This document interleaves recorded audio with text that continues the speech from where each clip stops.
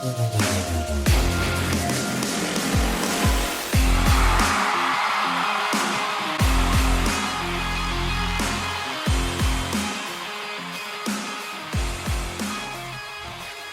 right, so the Indianapolis Colts released their schedule for this upcoming season. The season, by the way, that starts in September. And someone's going to have to say it. And apparently, I'm the only one that's going to do it. Who cares? Who gives a shit? It's May 15th, for goodness sake. I mean, there's so many moving parts from now into the season with just the Indianapolis Colts themselves, let alone the rest of the teams in the NFL. How could anyone sit here honestly and pretend that they have some real meaningful insights for what they saw on that schedule? Like, sure, you could say, okay, they're versing this many teams that played in the playoffs last year. Okay, there's this many primetime games. Okay, you're going to have to wake up at 9 a.m. on a Sunday after drinking all night on a Saturday to watch the Colts play in Germany on a Sunday morning. But other than that, what really is there to say? I mean, I don't know why we even waste our time. And I understand it's that time of the year where we're so thirsty for football to come back. I mean, we're getting clips from the Colts on social media. We got Daniel Jones throwing a pass. We got Anthony Richardson throwing a pass in his Horace Grant goggles, which, by the way, I think look pretty cool. But that's neither here nor there. My point, though, is that any little piece of football that we can talk about at this point, I suppose, is a plus. And listen, I'm a football guy through and through. We don't cover anything over here but the Indianapolis Colts. And shout out to the Pacers, but that's not what we do on this channel. It's all Colts and only Colts. So I understand having a thirst, a desire to talk about the game of football. But at the same time, I'm not going to sit here and pretend that I have any meaningful insight to give you about what I'm seeing for the Indianapolis Colts on the schedule. And I suppose to some degree, my indifference, if I'm to be fair, probably is in part due to the fact that I live in New York and the Colts are not playing in New York this year. So there's not a game I'm looking at going to. So I suppose if you're in Indiana, which I know many of you are, there is, I suppose, a benefit to knowing, okay, this is the game I want to go to and it's on this date. And then the Colts put out their little Minecraft thing and they release the schedule. They say, okay, buy your tickets now, pay for another season of what it is that we're offering. And the team makes some money. We go to the game, we get a little drunk, and that is what it is. So I understand all of that. But in terms of, hey, oh man, they're versing Miami in week 1 and they're versing Atlanta in week 10, whatever the heck it is. What are you going to do? Predict the record? I mean, we're literally going to be covering the games week to week, both before and after, all season long. Like, I just don't know why we have to sit here and talk about the damn schedule. But again, as I said, I know right now we're scraping for things to talk about, and there's nothing truly meaningful that we have any sort of insight into. Like, we know Daniel Jones and Richardson are currently in a quarterback battle as we speak. That's happening.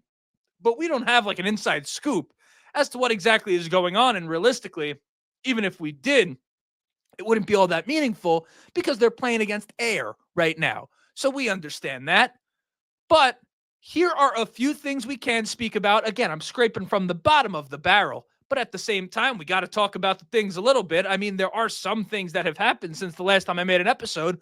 So I'm going to start listing them, and we'll try to talk about them all. 1, Zaire Franklin got a surgery on his ankle. Right now, they're saying he's expected to be out until training camp, if not a little bit longer. That's one thing. Colts signed linebacker Joe Bocci for a little bit of depth. Not a huge move on paper for the Indianapolis Colts, but it's a move that I like, and we'll talk about why that is. Hunter Wohler, 7th-round pick. Safety converted to linebacker, apparently going back to safety. We don't fully know exactly where he's going to end up in terms of his position. It's going to be linebacker or safety or linebacker. Whatever it is, it is. But Wohler himself has indicated that he's going to be starting in the safety room, and they're going to see if he fits well in there. And then if not, they're going to take it from there. That's as per Lawrence Owen's YouTube page. So shout out to Lawrence Owen for getting a little bit of inside scoop there on Hunter Wohler. Riley Leonard, his media availability, and go ahead and check the facts on this one, is the most viewed media availability on the Colts YouTube page since the post-draft presser with Shane Steichen and Chris Ballard. And I'm not talking about like stuff that I'm talking about since that post-draft presser. Riley Leonard, 6th-round quarterback, his media availability, the most viewed Colts media availability since. Now, on the surface, of course, there's nothing significant about that at all. But again, we're scraping the bottom of the barrel. I do think, though, that it speaks to something larger about the Colts and larger about the Colts fans, which, by the way, is us, right? Me, you, him, her, all of us together that are here right now in this moment. And then finally, Todd McShay had a bit to say about the Colts draft. I thought it was pretty interesting, with a special emphasis really on a few players, but one player he felt the need to mention. We'll talk about that. Does that sound like enough to fill up an entire episode? Well, it's going to have to. So we're going to get into all of that. But before we do, you know what it is. I got to introduce myself. My name is Justin. This right here is the Behind the Bench Colts podcast. As always, is anyone watching and enjoying the show, go ahead, shoot a like. It's going to help me get out to as many Colts fans as humanly possible. Of course, subscribe if you want to be a part of the journey. We're on our way to 4,000 subscribers over here on the YouTube channel. We want to get there by the start of next season. So if you keep coming back and join the show, perhaps it's your first day here and you're saying, this guy is doing a great job talking about absolutely nothing right now, then hey, perhaps today's the day you hit that subscribe button. But don't worry, you'll have plenty more opportunities. I'm going to be doing this for quite a long time. Audio listeners, leave a five-star review. I cannot stress how much that helps the visibility on the audio side of things. It's a different game than YouTube, and I don't know how to play it, but very important to the show's growth. So if you're one of those people listening on audio, not quite as many of you as there are on the YouTube side of things, but I appreciate you all the same. Do that today or do it tomorrow. Do it whenever you have time. Most importantly, though, be civil in the comment section if you're over here on YouTube. You don't know what the person on the other side of the keyboard is going through today. If you disagree with someone, simply take it as an opportunity to educate them, and who knows? Maybe you end up changing your mind. What we want to do over here, our goal is simply to further the discussion about the Indianapolis Colts, to create a smarter Colts fan base, one discussion at a time. It's what we do. But that also is, I think, the last thing that I'm going to ask you for. And now I will go back to actually talking to you about the Indianapolis Colts, because this is what you're here for. You're not here for Justin to say, hey, please do this for me. Please do this for me, right? I don't want to beg, but I guess I don't know what the fuck I'm talking about. Okay, it's too late for me to be recording this damn episode, but neither here nor there. Let's get back into the regularly scheduled program. We're going to start with Zaire Franklin, who has been an absolute Iron Man for the Indianapolis Colts. And I think he gets a bad rap by fans at this point in time. And I think maybe it's just a timing thing. I'm hoping in due time, all will be forgiven. And I know it primarily has to do with the podcast. Like, a lot of you guys are going to try to wrap up the fact that you thought he didn't play well enough. Without the podcast, no one would be sitting here complaining about the way Zaire Franklin plays on the field. That's just the fact of the matter. Now, you may not think he's Fred Warner, but not for anything, who the fuck is, okay? Zaire Franklin is a top-end linebacker in this league. Plain and simple. He does what he does, and he has his strengths and he has his weaknesses, but that's every player in the league. Here's the reality of the ankle injury for him. Given what the Colts have said, which is that he will likely be back for training camp, or at least early in training camp. And that part that's not a direct quote, but I'm inferring based off what they said. Based on that and his injury history or lack thereof, the likelihood that we have to worry about life without Zaire Franklin this season is very, very slim, historically speaking. But if we're talking about history, we have also seen a number of injuries for Colts go awry. Like, we have seen a number of injuries and absences go in a way that it didn't quite seem they would. In fact, in a way that we weren't led on to believe that they would. Like, this organization, when it comes to injuries, hasn't always been entirely transparent with us, for better or for worse. I understand that sometimes you like to keep stuff in-house, but at the same time, I don't have to talk about the fact that two of the greatest players we've seen in the past decade on this team, quite frankly, we were pretty much left in the dark about the fact that they were all done. And we were sitting here waiting for them to come back and play. I mean, it just was what it was, and I'm not even going to say their names because, quite frankly, no need to pour lemon juice on the open wound. But nonetheless, given that history and given the fact that there's not a whole lot of news, I figured the ankle injury, kind of a good excuse to talk about the current landscape and talk about what would we do if Zaire Franklin was not on the field. And in a weird way, if you ask me, I think the Colts would actually be, right now, much more fit to play without Zaire Franklin than Jalen Carley's, primarily due to the responsibilities that they would have to fill in for, right? Your Mike linebacker, your Zaire Franklin, your middle linebacker, downhill type of guy. Bring a little bit of the nasty to the defense, attack the line of scrimmage, and fucking hit somebody. That's your job if you're that guy for the most part. And then you have a guy in Jalen Carley's, your will linebacker, who's going to be responsible for the pass coverage side of things broad stroke. As we know, not everything is absolute. I'm just saying, generally speaking, this would be the archetype that you have. Well, okay, we have Sagan Olabi on the team, who is a name that not a lot of Colts fans are super familiar with. One that I think a lot of Colts fans are going to learn to like this year. He's a guy that I think would fill in admirably for a Zaire Franklin, where you play downhill and attack the ball carrier, attack the line of scrimmage. But I'm not so sure that he would fill in well at the will position. We just don't know who we have that can cover outside of Jalen Carley's. We like what we've seen from Jalen Carley's in limited time. We know he's a safety converted linebacker. We like what we saw in limited snaps. We also know that out of 180 something qualifying linebackers on Pro Football Focus, he ranked 4th out of all of those linebackers in pass coverage grade last year. We take all of those things, put them together, and say, okay, Jalen Carley's, we're giving you a shot. That's exactly what the Colts are doing, as evidenced by the fact that they've brought in no one to really challenge him for the starting role, at least as it currently stands. And realistically, a will linebacker, that's not exactly a position that has great players growing on trees. So if it's between him and Kazir White, I mean, why not go with Jalen Carley? So I'm not against the Colts on that per se, but nonetheless, all I was trying to say is Sagan Olabi would be a guy that could fill in for Zaire Franklin in the case that Zaire was first. Even though, in my opinion, Zaire, the best linebacker on the team, not technically the most unique in terms of what he brings to the table. He's kind of just a hard-nosed linebacker that's going to play really well downhill, and that's just what he does. Speak of the linebacker position, Joe Bacci. That's the depth that the Indianapolis Colts brought in. We said they needed a little bit of depth at the position. Well, all right. We have a guy that played with Luanarumo in Cincinnati, was on the active roster in Cincinnati for 4 straight seasons. I mean, that's got to be worth something, even if he was primarily a special teams guy and like a deep depth piece.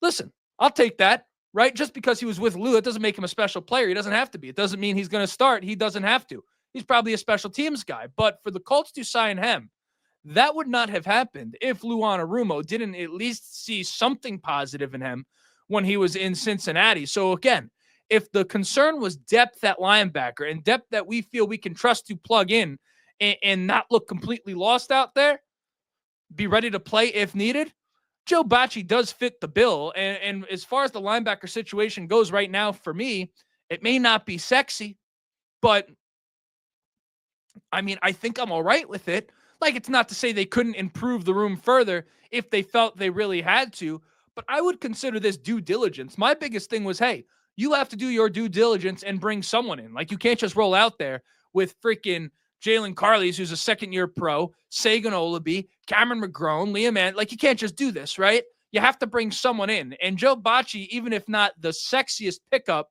in terms of just having a guy for some of the younger, inexperienced guys to look at, a guy who's played in Lou Anarumo's system and they can talk to and learn a little bit from about what Lou is expecting from them on this on this new defensive journey for the team.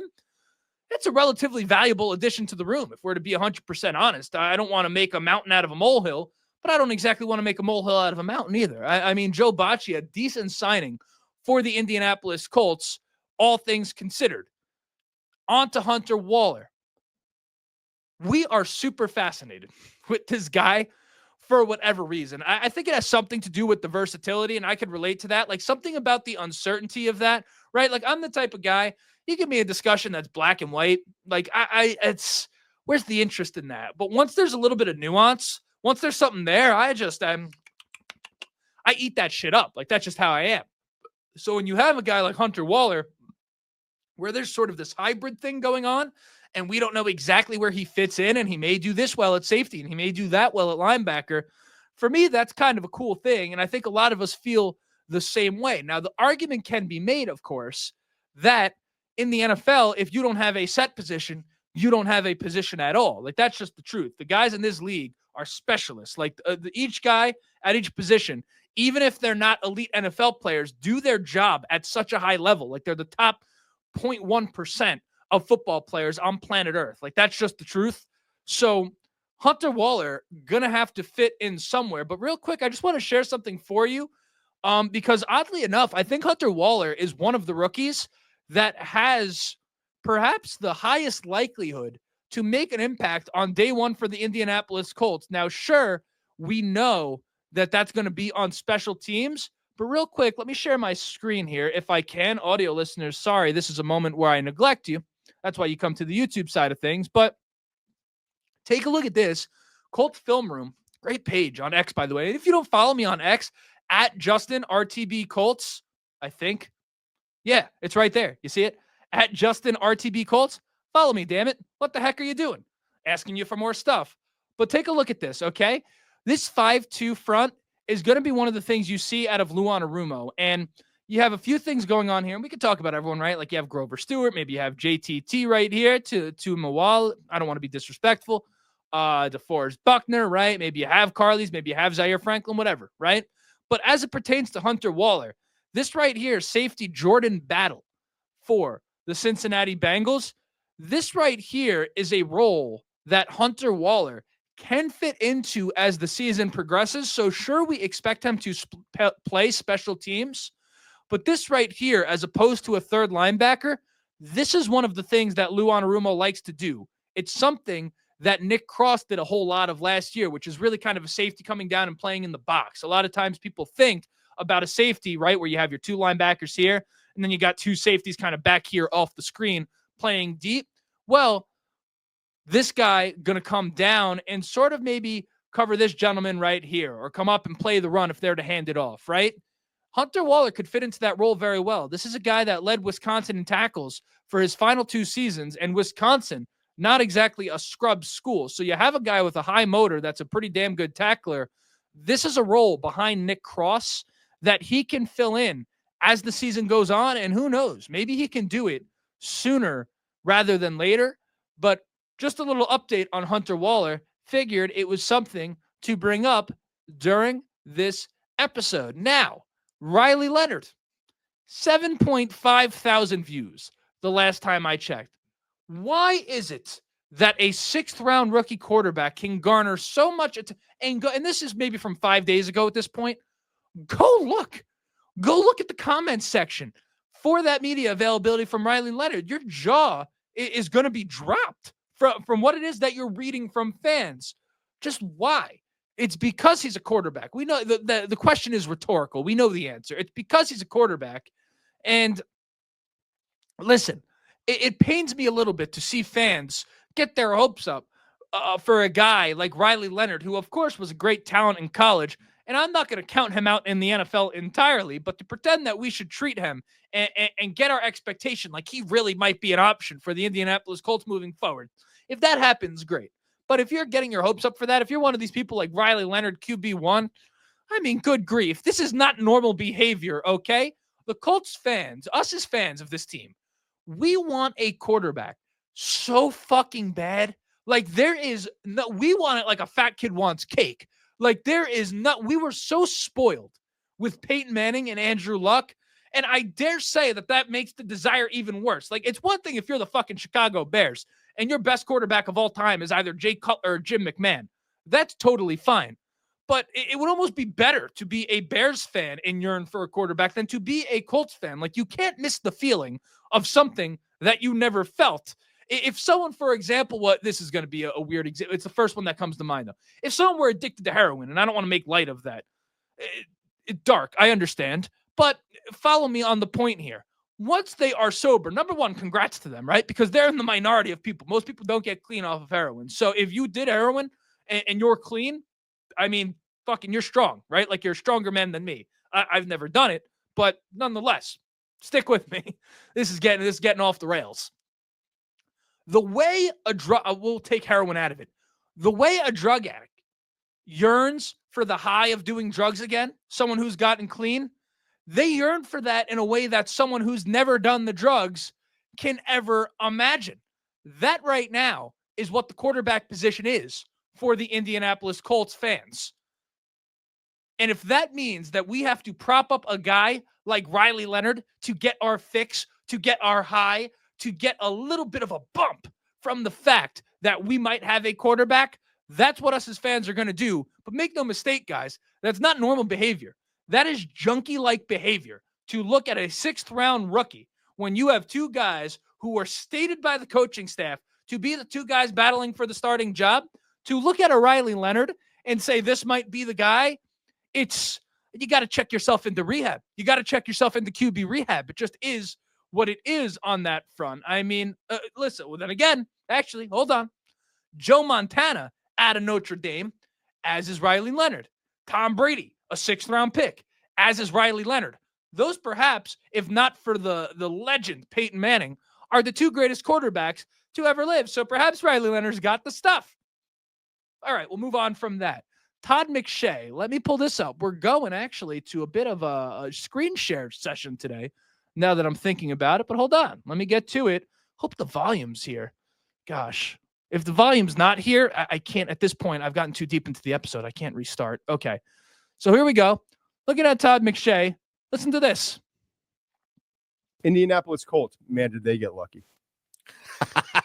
Sometimes it's about luck, right? Tyler Warren falls to them. At pick 14, thank you. Turn the card in. No problem. Shane Steichen with Dallas Goedert. This guy's a more talented Dallas Goedert than my guy, JT. Your guy, yeah. Tuimoloau from Ohio State. Plug and play starter right away. Plug him in.